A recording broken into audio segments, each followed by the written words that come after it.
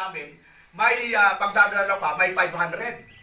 Yun. Pag may na-recruit ka na 5, isang recruit mo, mayroon kang komisyon na 100. Tapos mga bata, may bibigyan na 100. Yung nag-recruit, may 20 pesos. Kaya ang dami talaga. At yung isang kapatiran nga namin na napunta doon, pag nasa pastor, pasensya ka na po, kasi doon po may blessing. Sa inyo po, puro pangangaralan. Grabe, sabi ko, talagang ganun talaga ang labanan ngayon. Para mayroong pag-uwi talaga nila, may 500. Tapos kung 10 yung nag-recruit mo, plus ano yun, may ano ka, parang rebates. Rebates na. Networking. Parang networking. Hindi naman networking talaga eh. Kaya malaking simbahan, napakalaki, hanggang labas talaga sila. Wala na, naglagay nga ng rurunan na eh. Eh sa amin, alam mo, malaki yun eh, pero titingnan mo parang sa kanila, CR lang eh. Ganun ho ang labanan ngayon. Pagbubula lang, tapos material blessing, para madalawa sa iglesia. Pero sa Biblia po, hindi po ganun. Talagang sabihin mo yung katotohanan. Kung ayaw nila, edi huwag. Bakit? Ikaw lang ba ang tao sa mundo? 8 billion ang tao na sa buong mundo. Ba't magtataga ako sa'yo, ayaw mo? Tama. Ayaw mo? No problem. No problem. Anong sabi doon? No, so what? So what? So what next? Pagaling katuwiran, ganun din ang katuwiran. Next, magtsatsaga ka sa ayaw, di ba? Kung baga sa nililigawan mo, 7 years ka nang naliligaw, ay puro, no naman ang sagot sa'yo. Hindi, sabi, magtsaga. No na nga ang sagot sa'yo, tsagaan mo pa? Ayaw na. Next ulit, marami namang babae dyan eh. Pero yung mga asawa, huwag naman kayong mababae. Yung mga binata lang yun. Hindi. Huwag kayo mga sabi ni Pastor, pwede yung mababae. Yung mga binata lang yun. Pag may asawa, sabi ng Bible, mga lalaki, pakamahalin ninyo ang inyong asawang babae. Ay bakit kaya sa lalaki lang sinabi yung pakamahalin?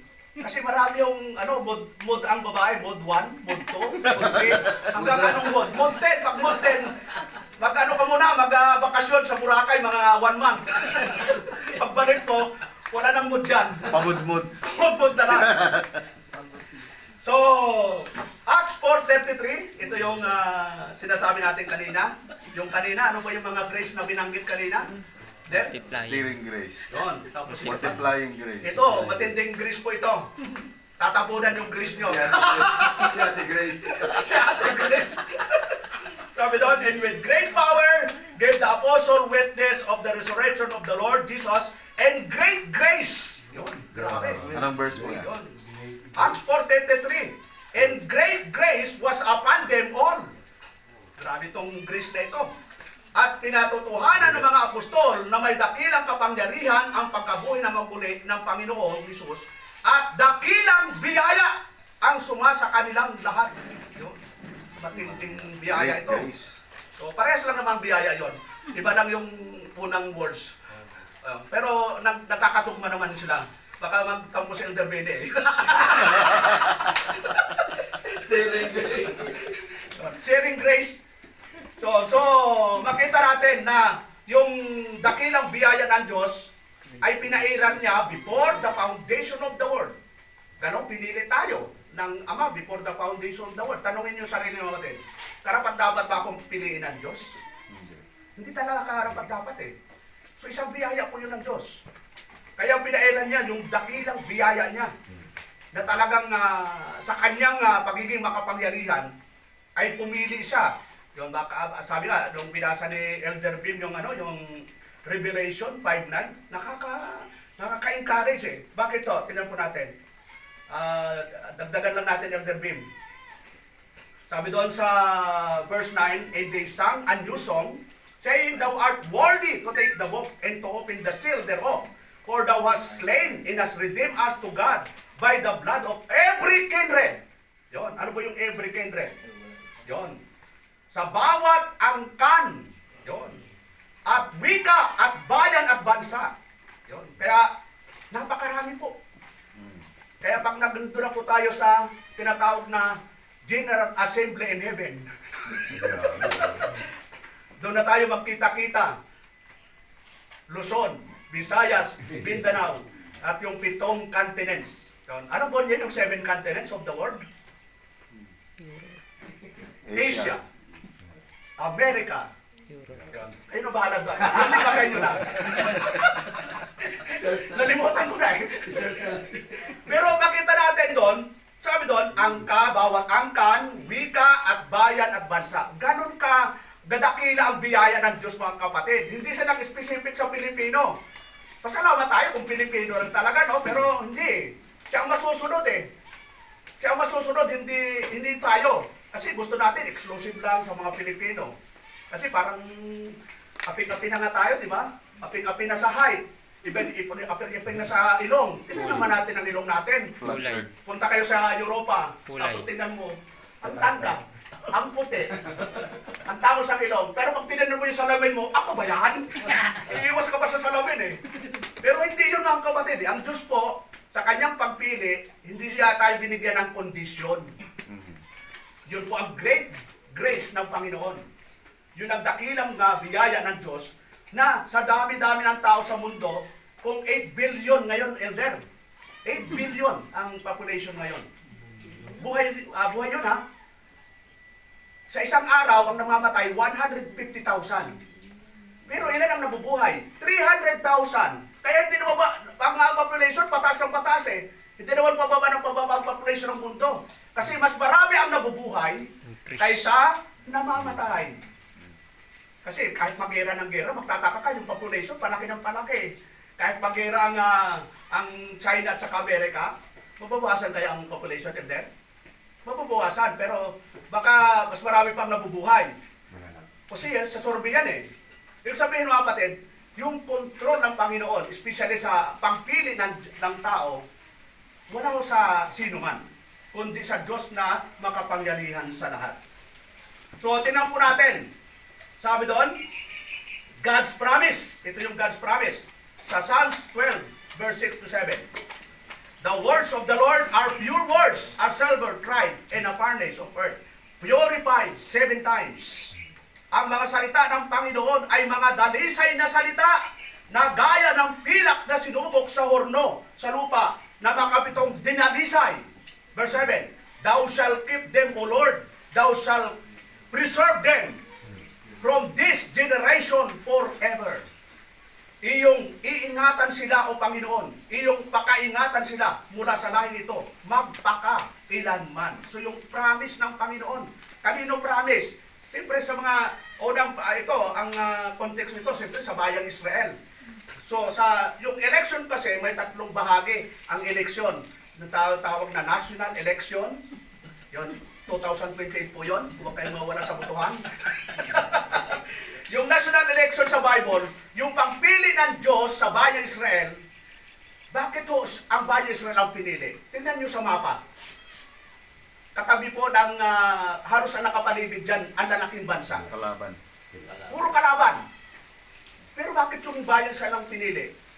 Anong sagot? Gusto niya. Yon. Bakit to? Kung titingnan natin, mapipili ba ng Diyos ang bayang Israel kung pairalan? Ito po, sa Deuteronomy chapter 7, verse 7, sabi niyang Diyos sa kanila, sabi doon, The Lord did not set His love upon you, nor choose you because you were more in number than any people, for you were the fewest of all people. Sila po yung kakaunti ng mga tao. Yun. But, because the Lord loved you, yun, and because He would keep the oath which He had sown unto you, fathers, and the Lord brought you out with mighty hand, and redeemed you out of the house of bondmen from the land of Pharaoh, king of Egypt. So, nandun yung sovereignty of God and election, lalo na po sa national election. Yung pagpili ng Diyos sa bansa. Yung pangalawa, yun po yung ating pag-aralan, yung vocational election. Yung pagpili sa mga propeta, sino ang pumili kay Isaiah? Ang Diyos po. Kay Jeremiah. Sabi ni Jeremiah sa Jeremiah chapter 1 verse 5, tingnan po natin. Jeremiah chapter 1 verse 5. Sabi ni Jeremiah, Before I formed thee and the belly, I knew thee. comest forth out of the womb, I sanctify thee, and I ordain thee a prophet unto the nation. Sabi ng Panginoon, nasatean ka pa lang ng nanay mo. Yun. Sabi doon, before I comest forth out of the womb. Before na yun, I sanctify thee, bago kita inanyuan sa tiyan. Bago inanyuan daw sa tiyan, ay nakilala kita, at bago ka lumabas sa bahay bata, ay pinapaging banal kita, inihalal kitang propeta sa mga bansa. Amen. So kailan ang ordination? Nung lumabas si Jeremiah o bago inanyuan sa bahay bata? Bago inanyuan. Naka-ordain na po. Kaya kung tayo yung mga pastor, o tingin dito mga elder, kapwa tayo elder, magtingin na lang po tayo. Naka-ordain na po. Walang atrasan. Yun. Sabi, no retreat to surrender. Military. Kahit itaas, iba yung tataas natin eh. Si Lord. Yung si Lord natin itaas. Nasaan si Brother Dorbe. So, sir, mga pastor, kala lang natin nakangiti. Ako po, talagang 20 years na kami doon sa Cavite. Pero yung 20 years, talagang pag binaybay ko, daming struggle din. Bisan, iiyak ko sana sa pulpito, pero baka maapekto ng preaching eh. Umiiyak na ako kay Lord pag nagsusulo na ako eh. Yung bigat ba? Na pag ang pastor ay problema, walang matakbuhan kundi si Lord. Pero pag ang kapatiran may pastor, masakit ang ngipin ko. Pati ngipin ba sa pastor ko sa sambayan? Eh walang magawa. Dala-dala ko ng price. Lahat po, bisan pastor, mayroong ka ba dyan? May Ganun Barbie. sa amin. Tinutulong nila ako na talagang ganun ako. Hindi doktor. So, yun. Buti dito, pag tinawag mo na, totoong maggagamot na. Ang kepeng. Kaya kung ba tatawagin, magbubunot ng ngipin. Sabi ko, sige Brad, pupunta ako, ipagpapray ko, may dala na akong bawang nun. Contractor. Na yung bawang, temporary, bukas, magpabunot ka na. Kumbaga parang kala natin yung pastor ay sa preaching lang kailangan ng mga kapatid. Hindi po. Talagang nandun po yung burden na minsan pupunta ka sa bahay ng kapatiran. Doon mo makikita yung problema ng kapatiran. Yun. Sa amin, mayroon kaming kapatiran, talagang walang-wala eh. Kaya sabi ko, Day, huwag ka na problema. Pagdating ko dyan, ako na magtitimpla ng kape. May pandesal na po. Kasi ibang problema pupunta, baka sabihin, mukhang pandesal si pastor, kaya nandito eh. Kaya ako na po nagdalang, kasi walang-wala siya, tapos pupunta ka pa, problema pa. So, ganun po ang sitwasyon ng mga elder, mga kapatid. Kala mo lang nakangiti yan. Pero tingnan mo, kung talagang ngiting kasiyahan yan bilang naglilingkod sa Diyos. Pero deep inside, marami rin kaming dalahin. Kumakain din po kami 3 times a day. With merienda. Yun. Anong gusto niyo sa pastor? Hindi na kumain? Fasting. Mga kapatid. Ganito po ako. Kasi ganun po minsan eh. Gutom. Sabi na Apostol Pablo, wala ba kaming karapatan mag-asawa? Wala ba kaming karapatan? Lahat ng karapatan sinabi ng Apostol Pablo. Bakit to? Yung mga Korinto, mayaman, pero ayaw tulungan yung kanilang alingkod ng Diyos. Kaya mahalin nyo yung pastor nyo, mga kapatid. Kasi baka kung sabihin ng pastor nyo, mga kapatid, ito na po ang huling preaching ko po. Mamumundok na lang po. Kasama na po ako sa New People's Army. Huwag nyo natin pabayaan, pastor natin, kakamahalin po natin. Ang sabi po ng Bible sa Hebrew, chapter 13. Tingnan po natin yung Bible, mga kapatid. Sabi ko sa inyo, 3 oras po ito eh. Amen. Okay lang naman kung mahaba, no? Okay lang. Brother Beck, sabihin mo lang, pagka nalungkot ka na, ganun mo na ang kamay mo. Pastor, surrender na kami. Power. Pero pag hindi pa tumaas, tuloy-tuloy po yan. Sabi lang, remember them which have the rule over you, who have spoken unto you the word of God, whose faith was followed considering the end of their conversation. Alalahanin niyo ang mga nakagkaroon ng pamumuno sa inyo na siyang nangagsalita sa inyo ng salita ng Diyos. At sa pagdidili-dili ng wakas ng kanilang pamumuhay ay inyong tularan. Yun. Bibigyan kong din inyong tularan. Amen. Talakas ha. What a great. What's a ang kanilang pananampalataya. Yun. Huwag mo tularan yung pananampalataya, tutularan mo. Yun lang naman sinabing tutularan, hindi eh. Yung pananampalataya. Amen. Yun. Ano pa yung sunod sa 17? Ito maganda. Dito tayo tatagal, mga 3 oras ito. Sabi po dito, obey them. Anong gagawin doon? Obey them. That have the rule over you and submit yourself for they watch for your soul, as they that must give account that they may do it with joy and not with grief, for that is unprofitable for you.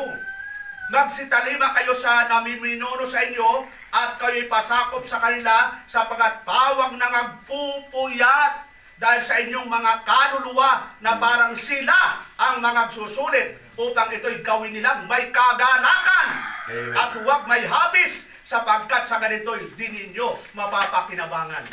Sa palagay nyo, kapatid, kapag ang pastor ay malungkot, nahahapis, hindi na tumatawa kahit anong komedya mo, huwag mo kong pasayahan. Makinig ka!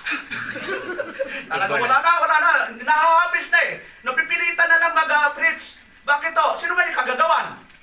Palagay nyo, kapatid. Pag nahapis po ang pastor, sino may kagagawan? Mga kapatiran din. Huwag kayong magpapalit sa gawain ng Panginoon. Pag alas 9, 8:30, nandun na.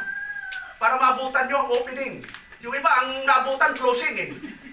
Ayaw abutan yung giving. Ayaw abutan yung preaching, baka tamaan. Ayaw abutan yung giving, baka mabawasan. Lahat iniiwasan na. Ay, ba't dumalo ka ba? Diba? Lahat iniiwasan mo na. So, kapag tayo po ay may dedication sa Diyos, dapat pagawain maaga. Bakit pag sa trabaho, gigising ka? Ako nung nagtatrabaho sa Makati, gising ko alas 3. Kasi pag alas 6 ako eh. Talagang gigising ako. Eh bakit pag sa gawain, hindi tayo gigising na maaga? Eh si Lord ang sasambahin natin. Hindi naman yung may-ari ng kumpanya. Yung may-ari ng kumpanya, oy, late ka, 1 hour, minus. Ay kung gawin kayo ng Panginoon, late ka, minus. Pero hindi ganun ang Diyos, di ba? Parang sa Cavite. Kasi sa Cavite, 3 aircon. Sabi ko, pag late kayo, babawasan natin ang lamig para uminit.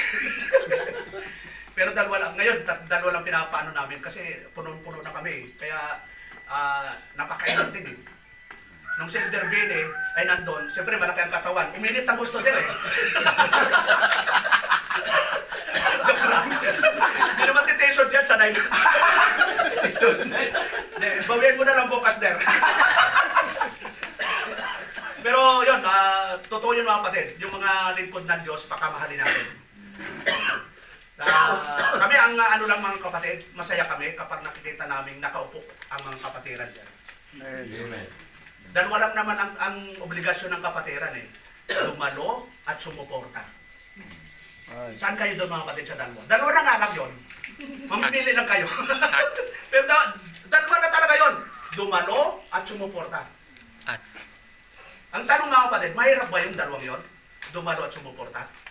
Kasi minsan hindi dumalo, ayaw rin sumuporta. Yung dalawa niya eh.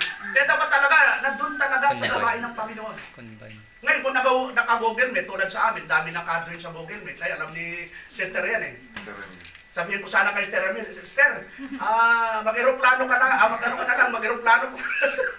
Pero siyempre, naka-Google Meet dito naman si Sister, na naka-join lang sa Google Meet. Pero yung mga nandun, minsan nandun lang din, naka-Google Meet pa eh.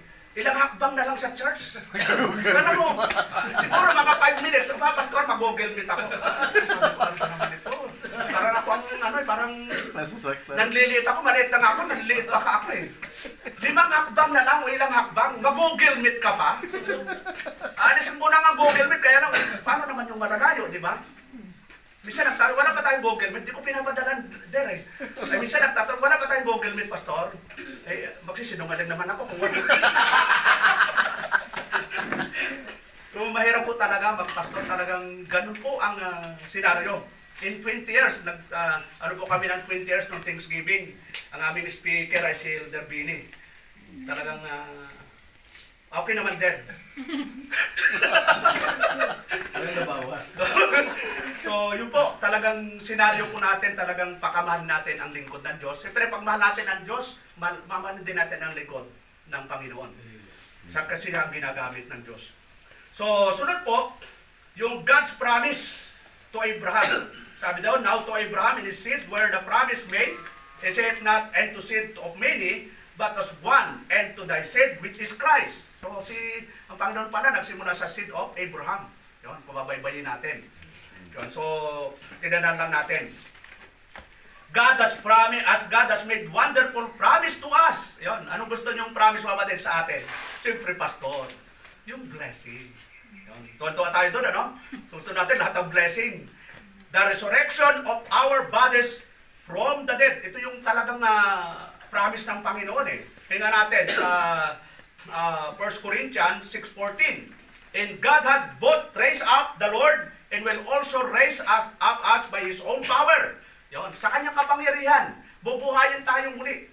At muling binuhay ng Diyos ang Panginoon at muling bubuhayin naman tayo sa pamamagitan ng kanyang kapangyarihan. Hindi ka mabubuhay ng sarili mo. Mabubuhay tayo sa kapangyarihan ng Diyos. Dito sa 1 Corinthians 15, verse 52 to 54, in a moment, in that twinkling of an eye at the last trump, for the trumpet shall sound, and the dead shall be raised, incorruptible, and we shall be changed. Sa isang sandali, sa isang pisap mata, sa huling pagtunog ng pakakak, sapagkat tutunog ang pakakak, at ang mga patay ay mga bubuhay na maguli na walang kasiraan, at tayo'y babaguhin. Verse 53, for this corruptible must put on incorruption, and this mortal must put on immortality. So when this corruptible shall have put on incorruption, and this mortal shall have put on immortality, then shall be brought to pass the saying that is written, death is swallowed up in victory. Kung pagdating ng Panginoon, ang tawag po doon ay glorification, final phase of salvation, yun, matatapos na po lahat. Kaya may katapusan mo talaga eh. Pagdating ng Panginoon, tapos na po lahat. Wala na pong 7 years tribulation. Ayaw natin nun. Yung tribulation, nagsimula yan sa panahon pa lang na ating Panginoon, may tribulation na ho. Yung tinatawag ko sa, yan, pag-aaralan natin yun, yung tinatawag na eschatology o last thing, yan, talagang himay-himayin natin para maitama yung na kamay-mindset sa atin na pagdating ng Panginoon, ang kukunin niya yung mga faithful lang. Sa Biblia, hindi po. Tingnan po natin yung 1 Thessalonians. Wala nang balikan eh. Forever na nga sa Panginoon eh. 1 Thessalonians chapter 4, verse 16 to 17. Ano pong sabi po dito mga kapatid? Sabi dito, 1 Thessalonians, for the Lord Himself shall descend from heaven with a shout, with the voice of the archangel, and with the trump of God, and the dead in Christ shall rise first. And then we which are alive and remain shall be caught up together with them in the clouds to meet the Lord in the air, and so shall we ever with the Lord. We ever with the Lord na po tayo. Hindi na po tayo babalik dito sa lupa pag umalis tayo dito. Ang tanong, sino gustong bumalik dito?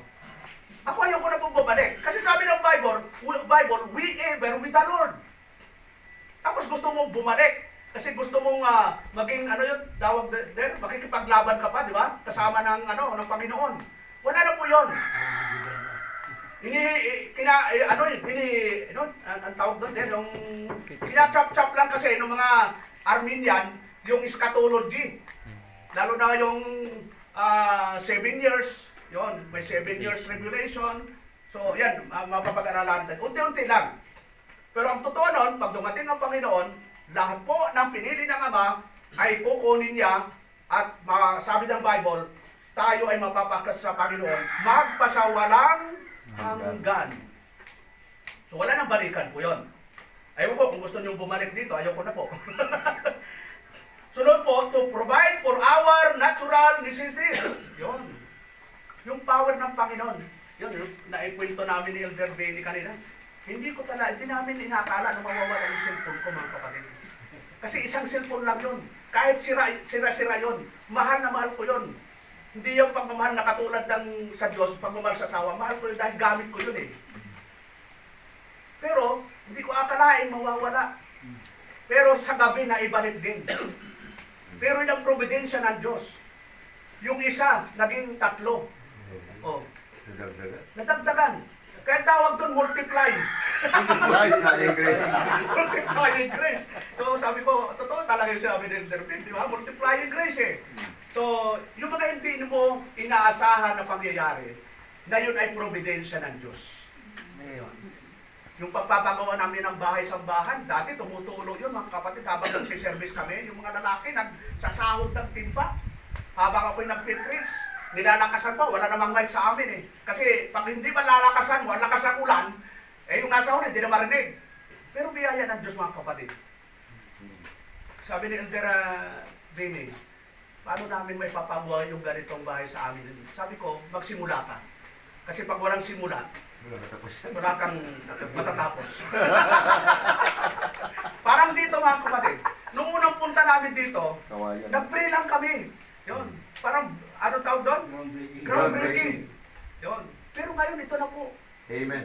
Sabihin, yung providensya ng Diyos, akala lang natin, yung plano ng Panginoon sa kanyang tamang panahon, in His time, hindi sa time natin, ay mangyayari at mangyayari yung kanyang plano. Basta makita lang ng Diyos yung puso natin na nakapix. Yun, tanda natin, fix. Kasi hindi, yung iba hindi fix eh. Ibang fix ang yung puso nila eh, kung saan-saan. Dapat nakapix, sabi ng Panginoon, looking unto Jesus, the Amen. author and the finisher of our faith.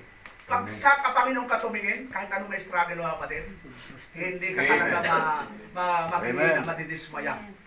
Diba, alam niyo si Diskaya, nadismaya eh. Alam mo yung compound niya, inikot ko po talaga sa Pasig yun.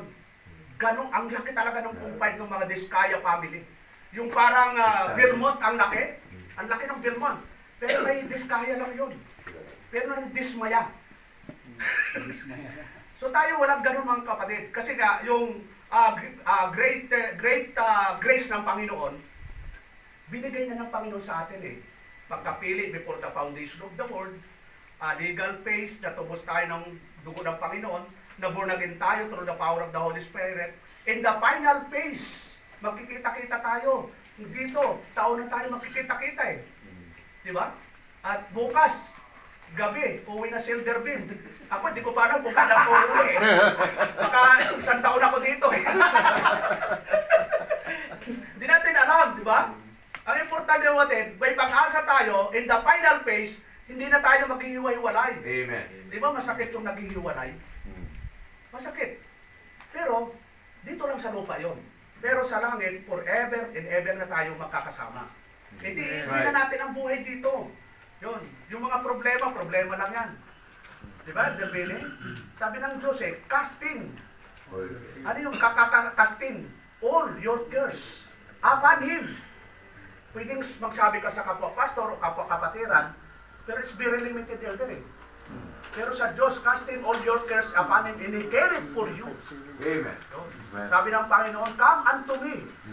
Hindi ako yun ha, sabi ng Panginoon. Kasi sabi ni kay Buloy, come unto me, hindi niya sinabing Panginoon eh. Sabi ni kay Buloy, come unto me. Yung verse, inangkinan niya eh. Sabi ng Panginoon, come unto me, all you that labor and heavy laden, and I will give you rest. So sa Panginoon na mo tayo pwedeng lumapit para yung kapahingahan ng ating kaluluwa. Minsan, ako nakakaranas, minsan talagang minsan yung mabayarin. Ang grabe yung bayarin talaga eh. Di ba? Electric bill. Ano pa mga bill? House bill. House bill 1, 2, 3. Yun. Ang dami. Pag dumating yan, sabay-sabay. Eh ako, wala namang irregular income. Di ba? Binta dito, binta doon. Siyempre, minsan mga kapatiran, ayaw nga bumili. Bumili naman kayo mga kapatid. Bintang channel. Nag-pre-taste na nga ako, wala pa na. Gusto ko. Nakailang pre-taste na kayo mga kapatid. Wala pa na. God, pastor, pabili ko na isang box. Joke lang. So, sa Cavite naman, pag ganon, mga kapatid, pastor, pabili po ng ganito. Na-consensya na eh. So kami po, wala akong regular work, pero siyempre, minsan nag-extra work. Walang support. Dagdag income. Wala kaming anong Magkano? supportang foreign, wala po. Yun. Kahit magtanong kayo kay magtanong. Ay, para ma-confirm yun, pagtanong kayo sa kapatiran doon, yun, kung gaano binaybay namin yung 20 years, talagang parang dumaan din kami sa wilderness. Yan, alam ni Elder Ben yan, puro kami dagdag income eh. Yung mabuhay lang yung pamilya. Yan. So, ganun po no, kailangan namin. Si Elder Bini, ano yan, kung mayroon kayong sasakyan at nawala na yung pintora, yan, siya yun. Ilang ba ang kontrata din? Running. Siyempre, may komisyon ako doon, 20%. Bakit di pa tapos? So, sunod po, to fight to our natural necessities. Sabi doon sa binasa natin kanina, seek you first the kingdom of God and His righteousness, and all these things shall be added unto you. Context po nito, yung kailangan ng tao, tatlo lang naman eh, kakainin, iinumin at daramtin. Ang tanong, mayroon na ba kayo mga kapatid? Mayroon na po tayo nun. At tingnan nyo yung bahay nyo. Parang ukay-ukay yung kwarto ninyo. Ako sa amin, sinasabi ko yung message, yung hindi mo na kailangan, hindi nyo kailangan mga damit, ipamigay ninyo. Yung mga bagay na hindi nyo na kailangan, ibinta ninyo at mapapakinabangan. Eh minsan tayo mga Pilipino, bili dito, pero yung luma, nasaan nakalagay? Tabi. Nasa tabi mo na. Hanggang wala ka nang matulugan. Kasi puro tambak. Yun. Namantalang yung ibang mga bansa na hindi man Kristiyano, nakita mo. Sa Singapore, pumunta ka sa Singapore, sabi ni Brother Matt, araw ng Miyerkules. Ay Wednesday pala, bagsakan ng mga basura yon mula 15th floor, ibabagsak lang nila. Yun. Kasi hindi nila kailangan. Ay mga Pilipino, oh, nakabang, bagsak, ay kailang bagsak na talaga, hindi na mapapakinabangan. Ay, kabag sa bagsak. So ganun minsan tayo mga kapatid. Minsan yung mga old natin, hindi natin mapakawalan. Mga bagahe po yun. Na minsan nakakahadlang din. Tama. Gusto mong matulog ng matiwasay, eh, paano matutulog ka? Yung bahay mo, puro budiga na. Yun. Baka bumagsak, ay doon na lang tayo sa labas ng bahay. Minsan ganun din yung nature natin, old nature. Yung lumang pagkatao, yun pa rin ang nagagawa natin. Tingnan natin yung sabi ni Apostol Pablo sa Galatians chapter 6. Galatians chapter 6. 5 minutes lang po. Okay na po ba sa 5 minutes? Kanywa Sige, na. 3 hours. Hindi pa po Di pa Hindi pa na gumagano si Brother Dick. Di pa nakaluto. Magkatan mo, brad, ha? Pag ano, tatakbo na ako, palabas. Sabi doon sa Galatians chapter 5, verse 16. Simulan natin sa 16, no? Sabi doon, this I say then, walk in the Spirit, and you shall not fulfill the lust of the flesh. Yun. Kailangan lumakad tayo sa Espiritu. Yun. Ano ba yung gawa na ang paglakad sa Espiritu? I-exercise lang po natin yung fruit of the Holy Spirit. Sige nga natin, sa ulo ba natin yung fruit of the Holy Spirit? Sabi doon, but the fruit of the Spirit is love, joy, peace, long-suffering, gentleness, goodness, faith, meekness, temperance. Against us, there is no law. Yun po ang i-exercise natin sa araw-araw. Dapat may love tayo. Sabi nga, love your enemy. Pastor, pasasalubong ko, ay hawak ko lang kita, hindi ko na mapipigilan, Pastor! Love your enemy nga eh. Di ba? Tapos pag nasalubong ka, talagang yung BP mo, talagang ikaw tuloy ang unang na-stroke. Pag sinabing love your enemy, ang hirap gawin. Di ba? Ang hirap gawin. Pero yun ang command eh. Ang sabi ng Panginoon, kung ikaw ay sasamba, tingnan natin, Matthew 5:23. Ito, marami hong nagkakaproblema dito eh. Sabi doon sa Matthew 5:23, therefore, if thou bring thy gift to the altar, and there rememberest that thy brother hath ought against thee, leave there thy gift before the altar, and go thy way first before reconcile to thy brother, and then come and offer thy gift. Anong malaga sa Diyos? Yung puso mo na nagpapatawad at walang anumang mga nakaimbak na hindi maganda sa puso natin. Amen. Kasi kahit nandun ka sa church, nandun dito ka sa church, puro amen, amen, amen. Pag naalala mo yung kasi, pag uwi ko, babatuhin ko yung bahay mo, amen, amen ka pa eh. Pero pag binato mo yung bahay, yung kaaway mo eh. Kaya sabi ng Apostol Pablo, Colossians, chapter 3, alam po natin yung sabi ni Apostol na Pablo sa mga taga-Colossian, chapter 8, but now, yun, kailan daw? But now, Baka may kasamaan pa ng loob kayo. But now, Colossians 3. also put off all this. Yun, ano yung aalisin daw? Dapat ngayon inyo namang layuan ang lahat ng mga ito. Galit! Yun. Kapuutan! Paghihinala! Panunungayaw! Mga salitang kahalay-halay na mula sa inyong bibig. Yun, ganun mo yun. Maganda yung verse na ito na may pinapatanggal mga kapatid. Kasi di ba ang involved talaga natin yung puso. Kasi ang daming Thanksgiving, puro trouble, puro puso ang involved. Yun, heart trouble. Yung puso hindi nakapix. May problema talaga ang puso. Kaya sabi ni King Solomon, Proverbs 4:23, tingnan natin yung verse na yun mga kapatid. Matindi yung sabi ni King Solomon eh. Sabi sa 4:23, keep thy heart with all diligence, for out of it are the issues of life. Lahat ng issue ng buhay nanggagaling sa puso. Kaya talagang aayusin natin ang puso natin. Nakapix pa ba sa Lord yan? Kaya nakaayos pa yan mga kapatid. So, importante po yon na yung puso natin ay naka-intact sa Panginoon. Walang anumang nakahadlang. Ano po yun? To never leave us, forsake us. Sabi ng Hebrew 13:5, sa kapangyarihan ng Diyos, let your conversation be without covetousness, and be content with just things as you have. For he said, I will never leave thee, nor forsake thee. Sa buhay niyo mga kapatid, nagpabaya ba ang Diyos sa buhay natin? Hindi po eh. Ilang oras ang galing sa inyo, Elder Bim? Mula sa kabaratuan, mula hanggang dito? 12 hours. Nakarating po siya payapa eh. Kung pinabayaan siya doon pa lang sa paglabas ng bahay niya, habang hanapon na po siya ng aso, kahit aso niya, siya may-ari, pwedeng kutusan ng kagatin mo nga yan. Pero, di ba? Ako galing Cavite, tansa to tansa. May tansa sa amin, may tansa din dito sa Tugigaraw. 17 hours po ang biyahe ko po. Amen. Pero, nandito pa rin ako. Iningatan ako ng Diyos. Bakit to? May purpose pa rin si Lord. Pwede naman paglabas ng bahay ako eh. Madapa ako, tapos tumaba ang ulo ko. Mga kapatid, wala na po sila doon. Bakit to? Paglabas ng bahay, natumbang po sa, ano po yung ulo. So pwede naman ganon. Pero bakit nandito po tayo mga kapatid? Dahil sa kapangyarihan Diyos, siya ang nag-iingat. Sabi niya, hindi kita iiwanan, hindi kita pababayaan.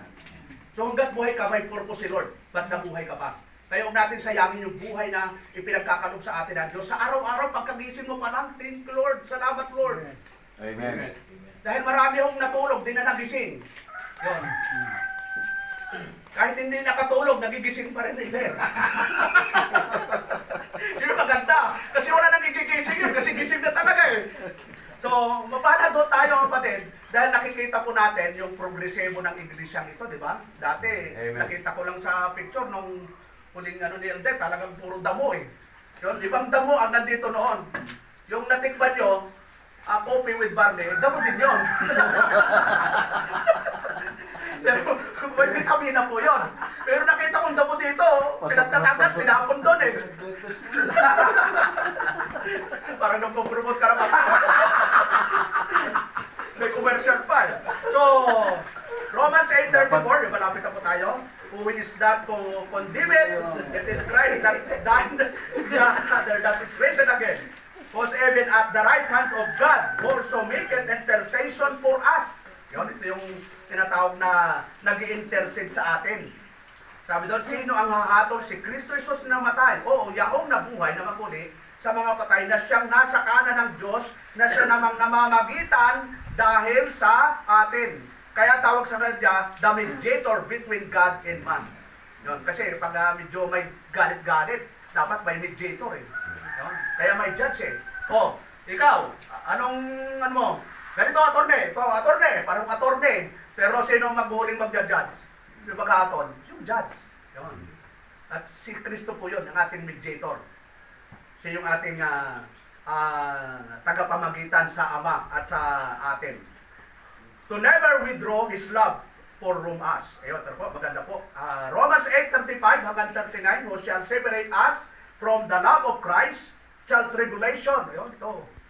Patindi pa. Anong tribulation ang nangyayari sa atin? Pastor, wala na po kami makain. 1 week na lang po kami kumakain. Isang beses sa isang linggo. Meron ba dito ba rin? Isang beses na lang sa isang linggo kumain? Pero hindi. So, 3 times a day pa naman. So wala pa tayo dito. Yun. Gusto mo ba? Yan lang.